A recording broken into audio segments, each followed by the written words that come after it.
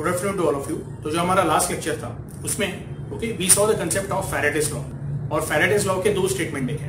Okay, पहला statement था, या फिर हम लोग बोले कि जो पहला लॉ जो था ओके वो कुछ इस तरह से था, whenever there is some change in magnetic flux associated with a conductor, okay? अच्छा, जब मैं कंडक्टर की बात करता हूं so I am talking about a closed loop, a closed circuit, ठीक है, ये बात ध्यान में रखना है। okay, so whenever there is some change in magnetic flux, okay, associated with a closed loop or a conductor, okay, we say EMF is induced in it, or you can say there is some induced current। तो ये क्या था? This was the first statement। और जो second statement है वो कुछ इस तरह से, the magnitude of the induced EMF is directly proportional to the rate of change of flux associated with it, okay, and this rate of change of flux is with respect to time। so basically अगर मैं दोनों law को combine करता हूं okay, तो हमें यहां कुछ इस तरह से मिल जाता है कि E is proportional to d phi by dt, E is equal to k d phi by dt। जो कांस्टेंट ऑफ प्रोपोर्शनैलिटी है उसका वैल्यू 1 है। सो बेसिकली जो फैराडेज लॉ से हमें इक्वेशन मिलता है that is what E is equal to d phi by dt। अब आपके टेक्स्ट बुक में क्या किया हुआ है, इसमें ही उन्होंने माइनस साइन इनकॉर्पोरेट कर दिया है। ओके, लेकिन एक्चुअली फैराडेज लॉ में सिर्फ इतना बोला हुआ है, the magnitude of induced EMF is actually equal to what rate of change of flux with respect to time. तो हम लोग फिलहाल क्या बोलेंगे कि यहां तक फैराडे का कॉन्ट्रीब्यूशन है, ठीक है। फिर उसके बाद सेम पीरियड में एक और साइंटिस्ट है जैसे हम लोगों ने डिस्कस किया है, ओके, उनका नाम है लेंस। और लेंस ने क्या बोला कि ये जो स्टेटमेंट है इसमें एक थोड़ा सा चेंज है, या ये जो मैथमेटिकल फॉर्म है इसमें थोड़ा सा चेंज है, और वो चेंज क्या है? That is E is equal to minus d phi by dt। Okay, so according to Lenz, okay, what Lenz stated is okay, the EMF induced in a coil is in such a way that okay, it produces its own magnetic field, okay, that opposes the change in flux with respect to time। बोलने का मतलब क्या है कि जो Lenz law है या lenses law जो है वो हमें क्या बताता है कि जो EMF इंड्यूस हो रहा है ओके, वो EMF इंड्यूस जो हो रहा है वो एक ऐसा मैग्नेटिक फ्लक्स तैयार करता है ओके, जो original change in magnetic flux को क्या करता है? अपोज करता है। यह ध्यान से सुनना आप लोगों ने। ओके, अब देखो जो एक्सटर्नल मैग्नेटिक फील्ड लगाया ना ओके, वो एक्सटर्नल मैग्नेटिक फील्ड जिसमें हम लोगों ने कंडक्टर रखा है, तो वो जो एक्सटर्नल मैग्नेटिक फील्ड का जो फ्लक्स है, now when that flux changes हम लोग बोलते हैं ईएमएफ इंड्यूस होता है। लेकिन according to Lenz law okay, जो ईएमएफ इंड्यूस हो रहा है वो अपना खुद का क्या करेगा? एक मैग्नेटिक फील्ड प्रोड्यूस करेगा, और ये जो मैग्नेटिक फील्ड है, this magnetic field will oppose what? Okay, it will oppose the change in flux. Okay, change in flux with respect to time. Okay, अब इसके लिए हम लोगों ने एक छोटा सा एक्सपेरिमेंट भी देखा था। Okay, वो एक्सपेरिमेंट कुछ इस तरह से था कि इमेजिन करो देयर इज अ, ये साइड पे बना लेता हूं। ओके, इमेजिन करो there is a circular coil okay, and this circular coil okay, it is placed on a horizontal table, ठीक है, और यहां पे एक बार मैग्नेट है। अभी आप बोलोगे सर ये लास्ट लेक्चर में हम लोगों ने देखा है, लेकिन हम लोग आज ये समझने वाले हैं कि एग्जैक्टली यहां पे जो मैग्नेटिक फ्लक्स तैयार होगा उसका नेचर कैसा रहेगा, ठीक है। So please pay attention. ये जो बार मैग्नेट है उसका north pole we are bringing towards the circular coil. अब कॉमन सेंस है, जितना आप मैग्नेट क्लोज लेके आएंगे ओके, उतने concentrated magnetic lines of force okay will say it will get associated with the circular coil. बोलने का मतलब क्या है? जितना आप ओके मैग्नेट को धीरे धीरे इसके पास लेके आओगे ओके, या धीरे धीरे आप सिंपली ऐसे बोलो, जितना आप मैग्नेट को कॉइल के पास लेके आओगे उतना जो हम लोग बोलेंगे मैग्नेटिक फील्ड वो क्या होगा? इंक्रीज होगा ओके। और वो अगर मैग्नेटिक फील्ड इंक्रीज हो रहा है तो हम लोग क्या बोलेंगे? The change in flux d phi it is what? Positive. ये आपको आ रहा है समझ में? ओके, अब ये ध्यान से सुनना आप लोगों ने। Okay, so in this case when we are bringing the magnet okay in the downward direction okay, the change in flux is what? It is positive. ऐसे केस में एक्चुअली लेंस ने क्या एक्सपीरियंस किया कि जो बार मैग्नेट है जैसे जैसे हम लोग उसको क्लोज लेके आ रहे हैं, it starts experiencing some kind of repulsion. अब ये रिपल्शन क्यों हो रहा है?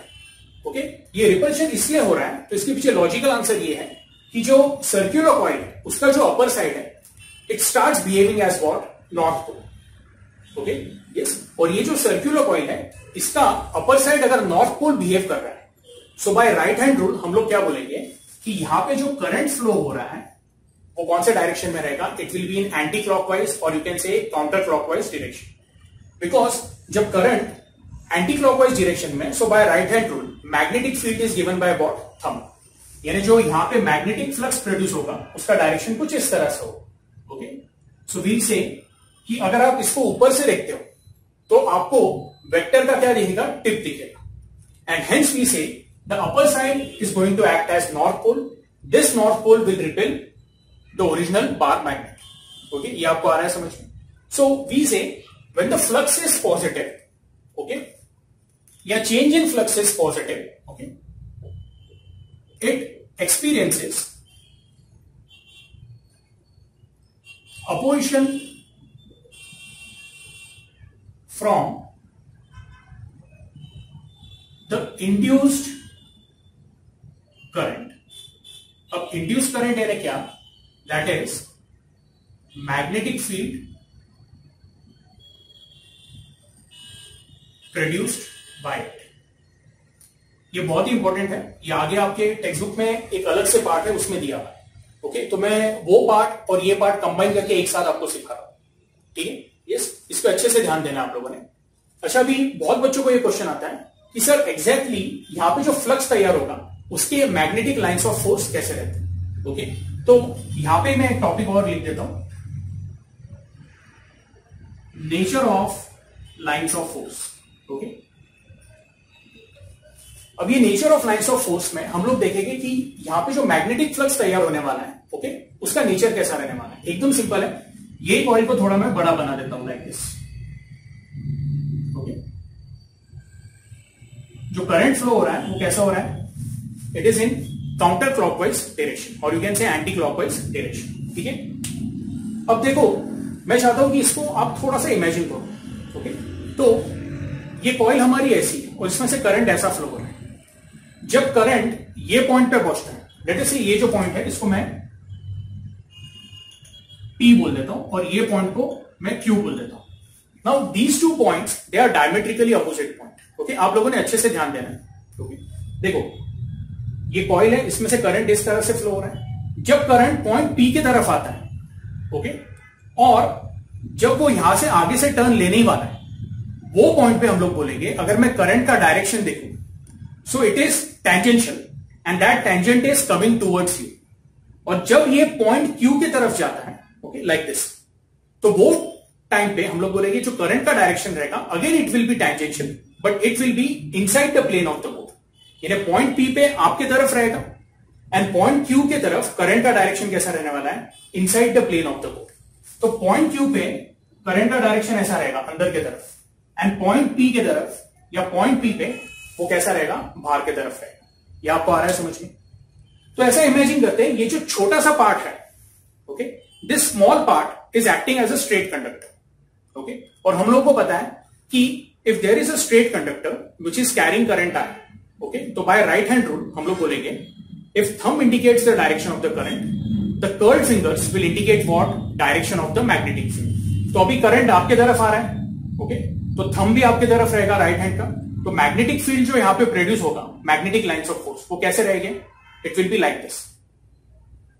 ओके, तो सिर्फ ये पार्ट के लिए मैं मैग्नेटिक लाइंस ऑफ फोर्स बना रहा हूं। ओके, मैं चाहता हूं आप लोगों ने ध्यान देना है।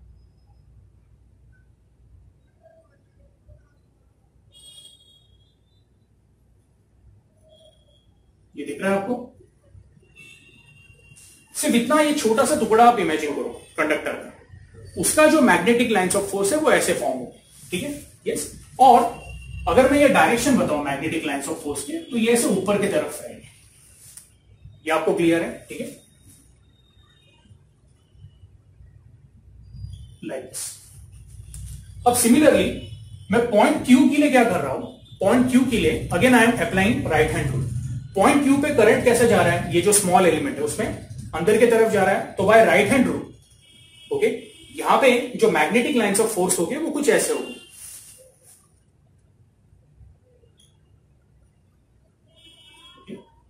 थोड़ा सा इसको अच्छे से बना लेता हूं।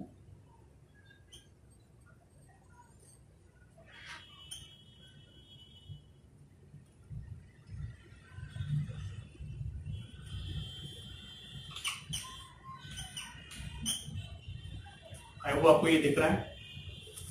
मेरा बोलने का मतलब क्या है कि अगर आप सेंट्रल एरिया को ऑब्जर्व करोगे तो सिर्फ ये जो दो डायमेट्रिकली अपोजिट एलिमेंट्स हैं, ओके, उससे जो मुझे लाइंस ऑफ फोर्स का नेचर मिल रहा है, वो लाइंस ऑफ फोर्स का नेचर कैसा मिल रहा है, ऊपर की तरफ देखो, ठीक है, ये आपको क्लियर है।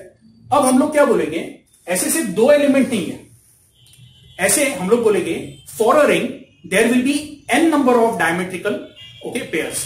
ये अभी पहली पेयर हुई, तो एक पेयर हम लोग ऐसे दिखा रहे हैं, okay, this is p and this is q।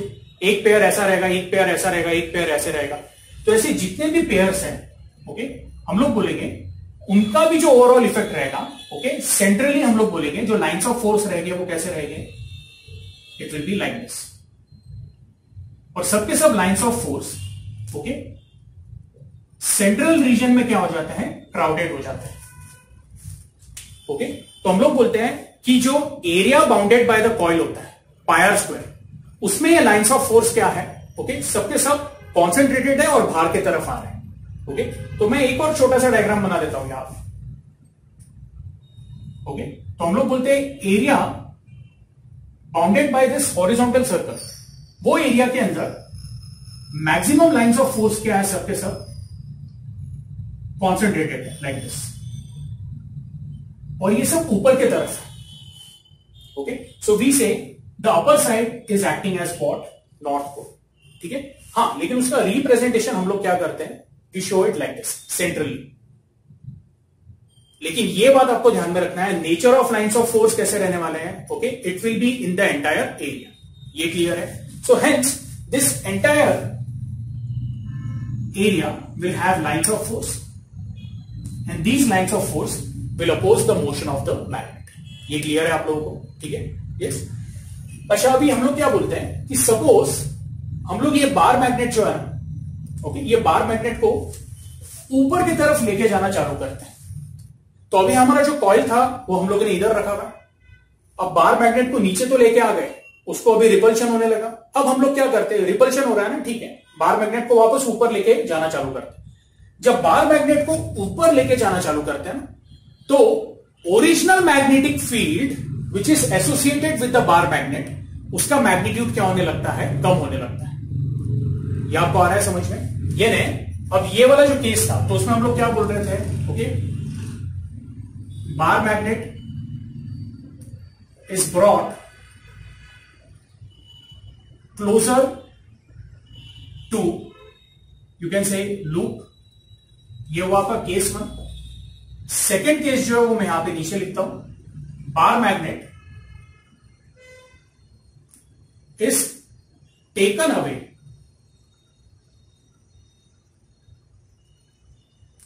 From the circular loop. अब जब सर्क्यूलर लूप से इसको हम लोग दूर लेके जाएंगे, ओके, तो व्हाट वी ऑब्जर्व इज, मैं ये पार्ट को इरेज कर देता हूं, ठीक है, I'll use a different pen।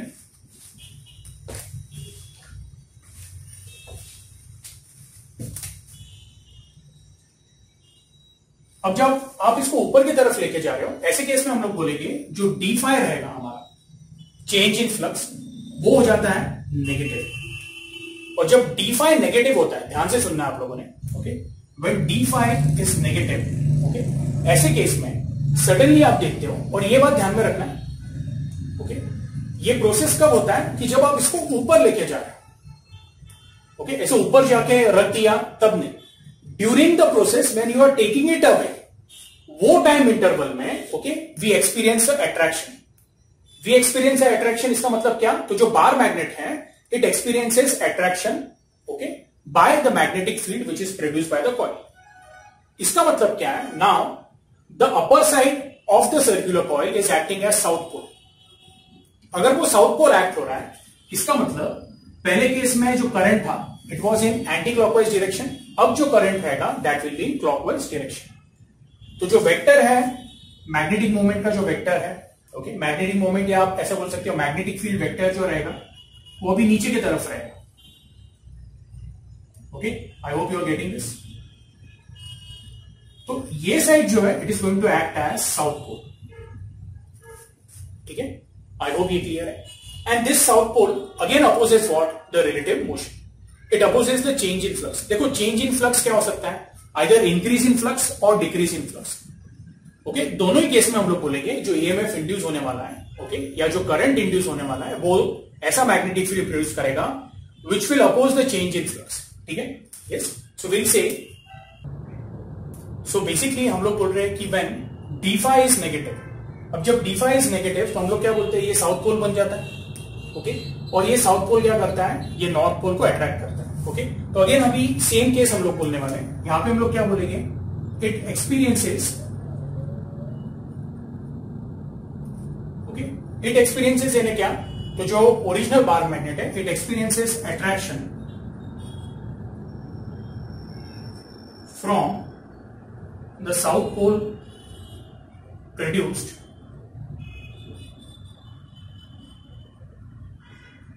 by induced current। ऊपर आप ऐसे भी लिख सकते हैं, इट एक्सपीरियंसेस, ओके, रिपल्शन, मैंने अपोजिशन बोला था, आप इसको रिपल्शन बोल सकते हो। और अभी यहां पे क्या रहेगा, it experiences attraction from the south pole produced by the induced current. यहां पे क्या प्रोड्यूस हो रहा था, नॉर्थ पोल। दोनों ही केसेस में, ओके, वील से इसको कैसे लिख सकता हूं मैं, ये साइड पे लिख देता हूं। Okay, yes, in both the cases there is opposition to d phi, यानी डी फाई पॉजिटिव हो या नेगेटिव हो, there is always for opposition to the d phi. ये क्लियर है? Okay, and hence we say कि ये जो negative sign है, ओके, वो हम लोग क्या कर सकते हैं, उसको जस्टिफाई कर सकते हैं। Okay, basically E is equal to minus d phi by d t. ये माइनस साइन क्यों है, तो यहां पे एक ऐसा मैग्नेटिक फील्ड प्रोड्यूस हो रहा है, ओके, जो original change in magnetic field को अपोज कर रहा है। ये क्लियर है? मैं चाहता हूं ये पार्ट चाहिए तो आप अच्छे से क्या कर लो, नोट कर लो। तो इसके बाद, okay, will move to the next concept which is, okay, Lenz law, which is in accordance to the law of conservation of energy. Okay, मैं चाहता हूं कि ये पार्ट आप लोगों ने क्या करना है, अच्छे से कॉपी करना है। Okay, so let's start with the next topic which is energy conservation in Lenz law। यानी हम लोग एक तरह से ये बताना चाहते हैं कि जो लेंस लॉ है it is in accordance to what, law of conservation of energy. ठीक है, मैं चाहता हूं आप लोगों ने आपके टेक्स्ट बुक्स ओपन करना है, please go on page number 267। Okay, हम लोग क्या करेंगे, इसकी जो स्टार्टिंग के पॉइंट है वो बस रीड कर लेंगे। We have learn that the cause of the induced current may be first the motion of the conductor in a magnetic field, second the change of magnetic flux through a stationary circuit. Okay, यानी पहला वाला case क्या है, तो हम लोग बोल रहे हैं कि जो हम लोगों ने मैग्नेटिक फील्ड है उसको कांस्टेंट रखा हुआ है, ओके, और कंडक्टर को मूव कर रहे हैं। इसका एग्जांपल क्या होगा, तो एकदम सिंपल है, ये बार मैग्नेट को मैंने कांस्टेंट रख दिया है। ओके, बार मैग्नेट को मूव करने की जगह पे क्या कर रहा हूं मैं, कॉइल को मूव कर रहा हूं। अब कॉइल को मैं ऊपर नीचे भी मूव कर सकता हूं, साइडवेज भी मूव कर सकता हूं। हाँ, लेकिन मुझे बस ये ध्यान में रखना है कि जब भी मैं इसको मूव करूं, okay, I should be in the vicinity of the magnetic field. Okay, so in a stationary magnetic field you can move the coil, okay, upward, downward, sideways, या आप coil को rotate भी कर सकते हो।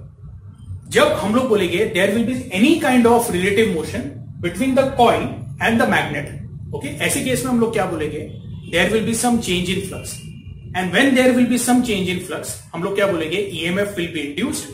This EMF which is induced, it opposes what, change in flux. और change in flux का original cause क्या है, तो हम लोग बोलते हैं मोशन। ये आपको आ रहा है समझ में?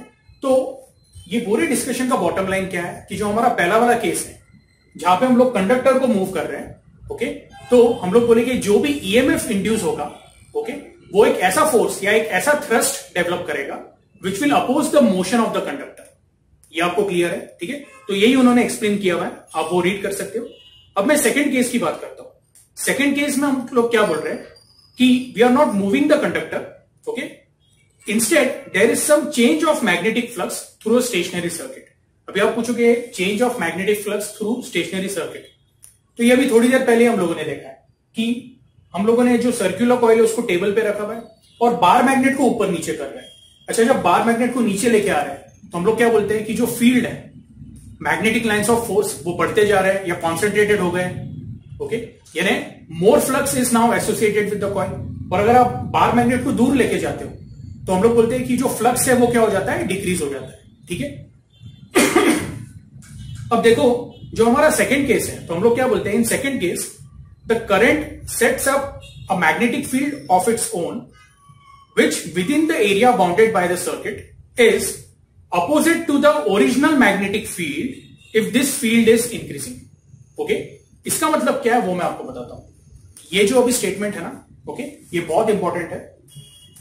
देखो, अगर हम लोग बार मैग्नेट को कॉइल के पास लेके आते हैं तो हम लोग बोलते हैं कि जो मैग्नेटिक फील्ड है, ओरिजिनल मैग्नेटिक फील्ड, उसका जो फ्लक्स है वो क्या हो रहा है, इंक्रीज हो रहा है।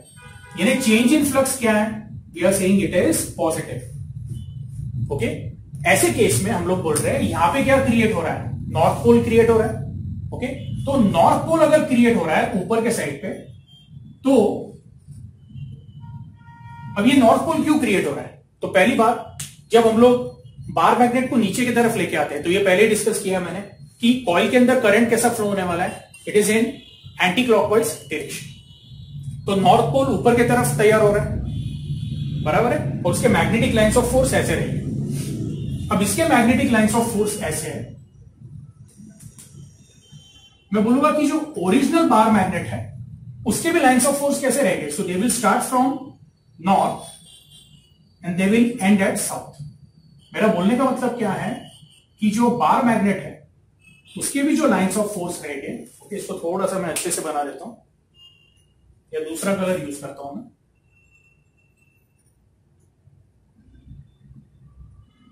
जो बार मैग्नेट है उसका फ्लक्स कैसा है, ओरिजिनल मैग्नेटिक फील्ड कैसा है, it is in downward direction, it starts from the north pole. ये आपको आ रहा है समझ में।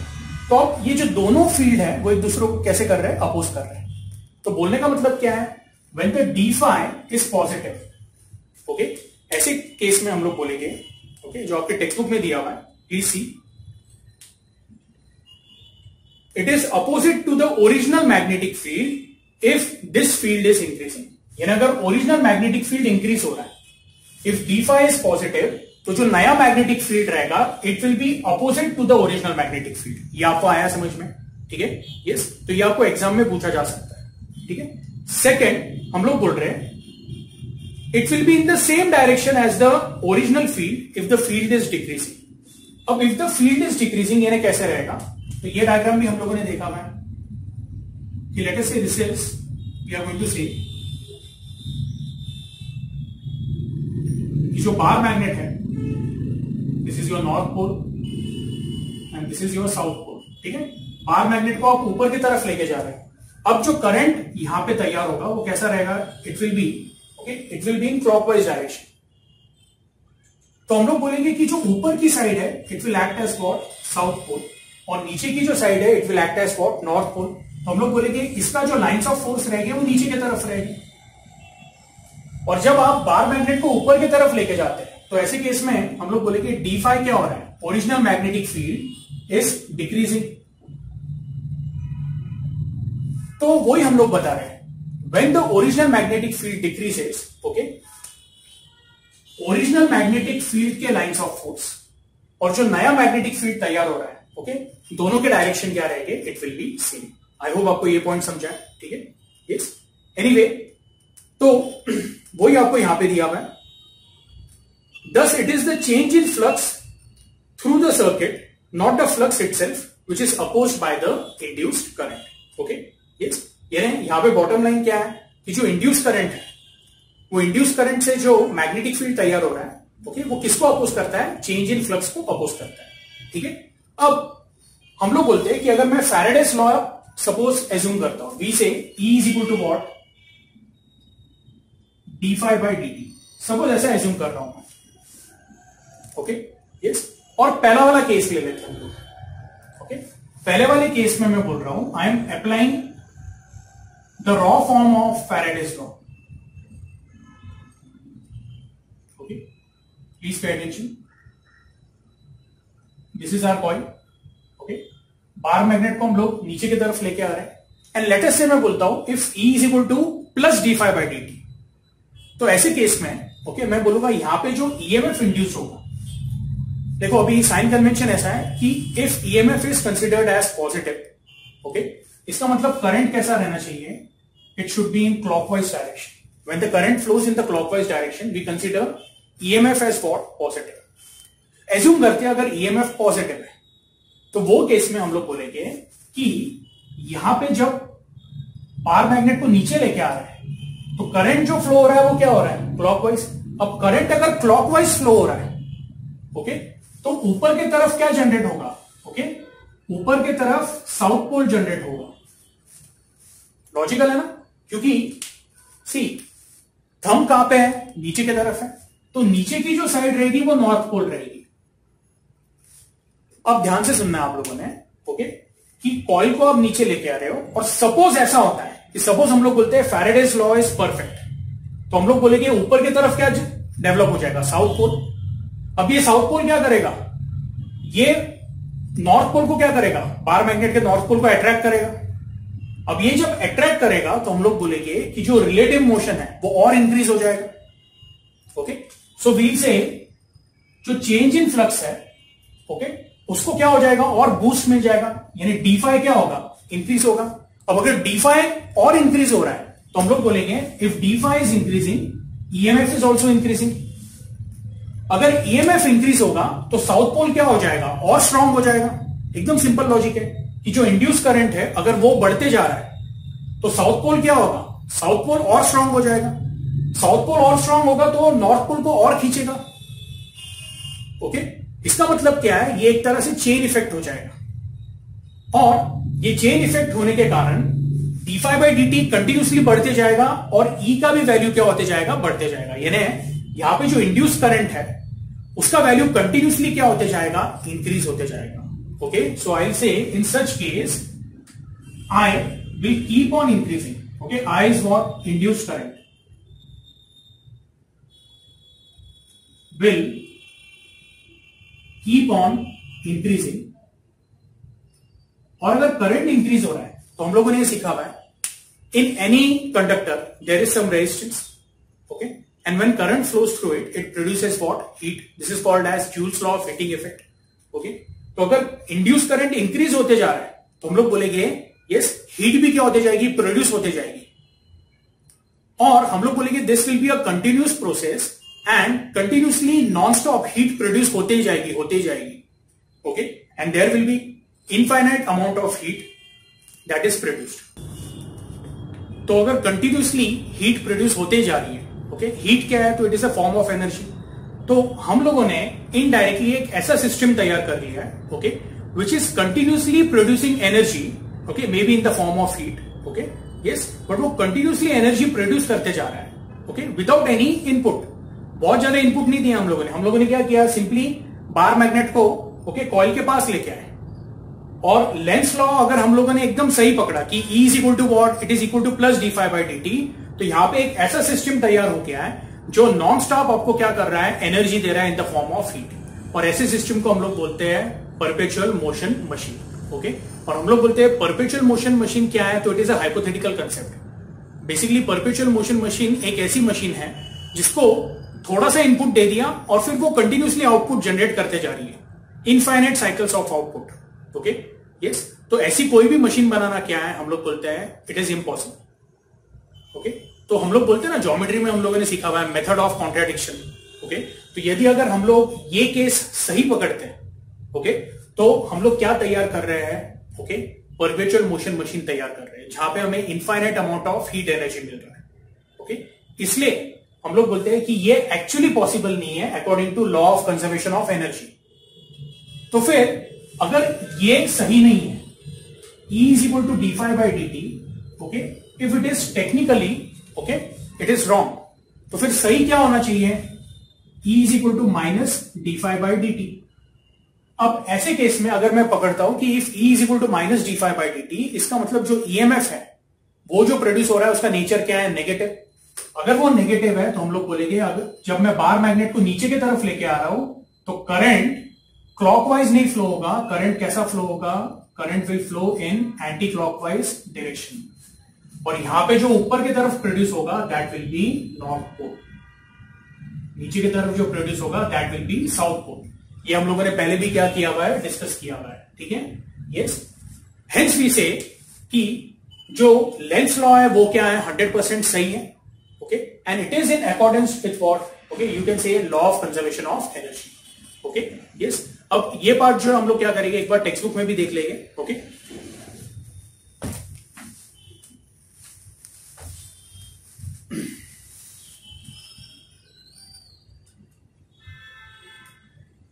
तो अगर आप टेक्स्ट बुक में देखते हो, okay, see what I have given is the induced current once started flowing in the loop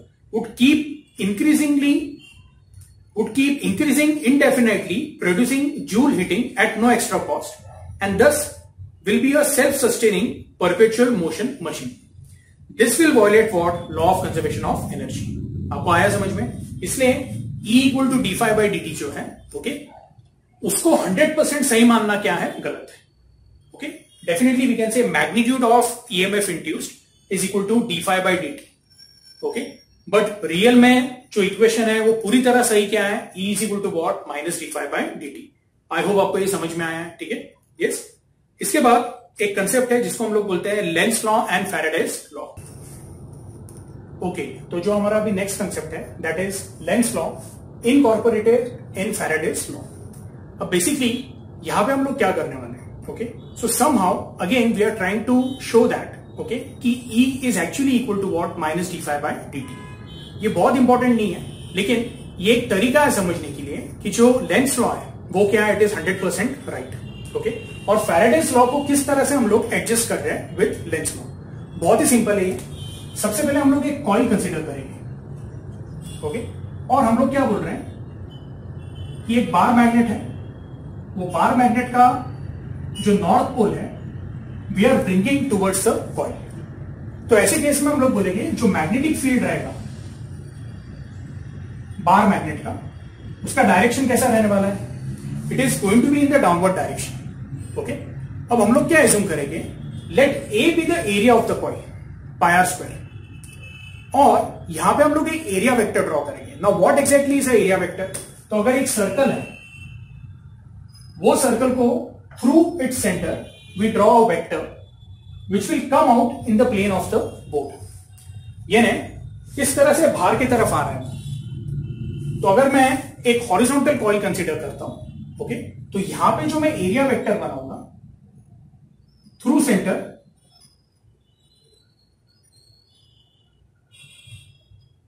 okay, मैं नीचे की तरफ बनाऊंगा। अब ये एरिया वेक्टर मैंने एज्यूम किया है कि सच दैट कि एरिया वेक्टर का डायरेक्शन और जो मैग्नेटिक फील्ड का डायरेक्शन है वो क्या है, सेम है। ऐसा हम लोग अभी एज्यूम कर रहे हैं यहां पे। तो ऐसे केस में we say the magnetic flux phi associated, please pay attention, the magnetic flux phi associated, okay, with the coil is given by what, the dot product of vector B dot vector A। ये clear है, okay. Let us differentiate it with respect to time, d phi by dt। तो d phi by dt क्या हो जाएगा, d phi by dt हो जाएगा d by dt of vector B dot vector A। अब मैं ऐसा बोलूंगा कि जो हमारा डायरेक्शन ऑफ वेक्टर है वो कांस्टेंट है, वो नीचे की तरफ ही। मैग्नीट्यूड ऑफ एरिया भी क्या रहेगा, it is going to be constant, वो तो चेंज नहीं होने वाला है कॉइल का एरिया। तो ओवरऑल वेक्टर ए जो है वो क्या है, कांस्टेंट है। उसको हम लोग बाहर निकाल सकते हैं लाइक दिस। हमारे पास बचेगा क्या, dB यानी d by dt of vector b। ये क्लियर है आप लोग, ओके। तो ये आपको क्या मिला है, this is d phi by dt, ठीक है।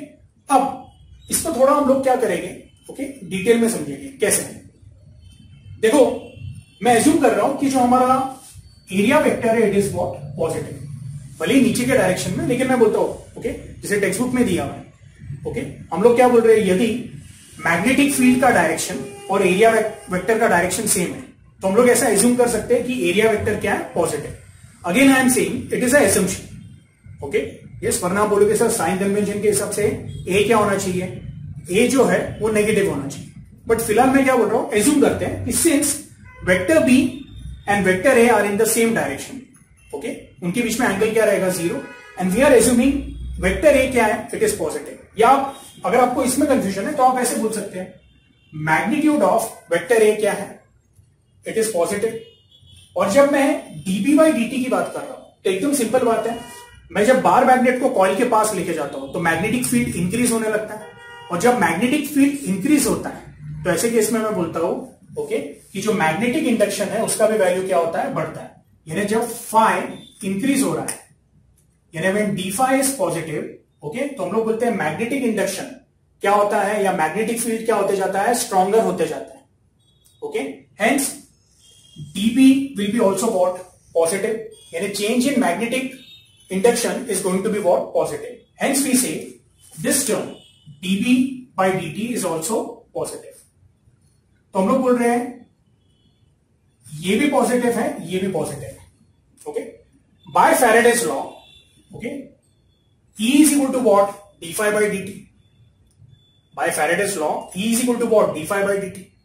So इसका मतलब क्या हुआ, ये पॉजिटिव है, ये पॉजिटिव है, तो ईएमएफ भी कैसा होना चाहिए, पॉजिटिव होना चाहिए।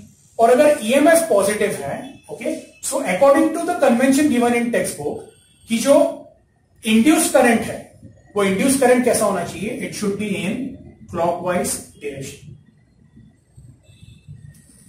यानी मेरा बोलने का मतलब क्या है कि यहां पे जो इंड्यूस करंट होगा वो इस तरह से होगा, क्लॉकवाइज डायरेक्शन में। ओके,